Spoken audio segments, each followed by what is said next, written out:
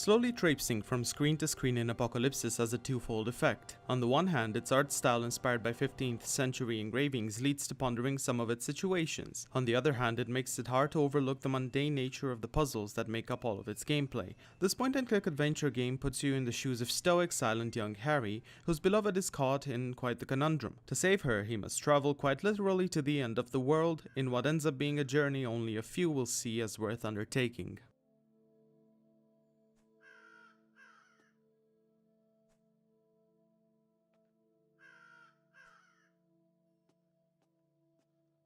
Apocalipsis plays out like a classic point-and-click adventure game that heavily emphasizes puzzles. Its world is made up of a series of stitched together screens, every one of them presenting a different situation involving various strange places and beings. As far as gameplay is concerned, you go around looking for pixels which turn your cursor into hands or cogs, indicating the objects can be interacted with. Once you pick stuff up, clicking it in your inventory makes it eligible to interact with certain set elements in the scene. Apocalipsis essentially boils down to solving puzzles after puzzles, and when they're not frustrating, they simply underwhelm. One or two involve timing, while others rely on finding the proper sequence of activating objects, connecting cogs or pipes, or other logical quandaries.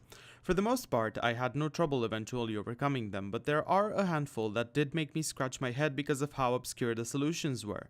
If mechanically there's not much to be amazed by, the situations and symbolism elevates them a little. Taking inspiration from what was relevant to the age, you'll find yourself avoiding cannon fire and grotesque monsters, or figuring out the correct path at sea by reading the stars. One puzzle required growing crops and baking bread to feed a starving person. These situations and the way they're portrayed manage to have something remarkable to them. The simplistic nature of the gameplay, however, which never does anything interesting, does ultimately hurt Apocalipsis.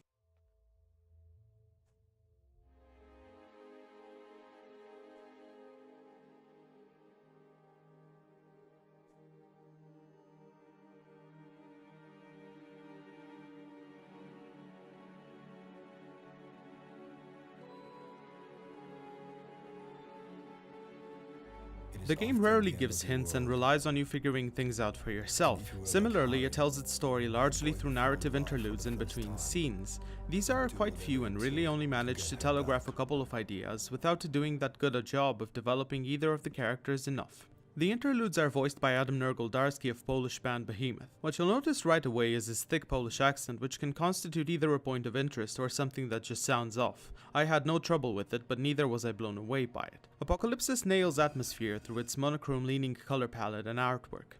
The stoic way in which the protagonist carries himself showcases a man pushing forward through various obstacles in an attempt to save his beloved.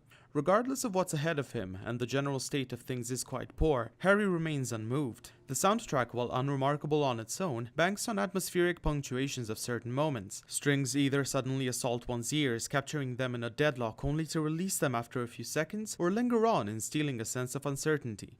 This creates a world that recoups the cohesion broken by its many loading screens through sheer atmosphere and making you feel that every fragmented, different scene is part of the same washed out yet hellish whole. The art style and the world are the clear highlights in Apocalipsis. The real problem comes with the fact that the rest of it is merely serviceable, decent enough to not annoy but never standing out.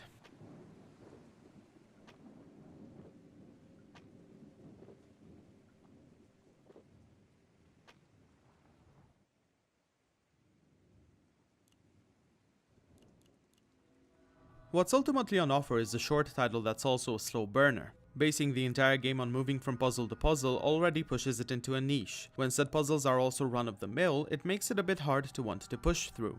Luckily, when gameplay and narrative fail to enthrall, the soundtrack definitely has its moments, while the exceptional art style clearly gives Apocalipsis much needed identity. Clocking in at somewhere between 2 and 3 hours, depending on how often you get stuck, this particular trek is as long as it should be. You can add up to half an hour to it with the One Night in the Woods DLC, which briefly follows Harry's beloved telling her story. Just like the main game, however, it has a handful of visually impactful scenes, but little else. The price of €6.99 or regional equivalent may make it easier for those curious about the art style to jump on board, but even so, as a package, Apocalipsis only slightly steers clear of mediocrity.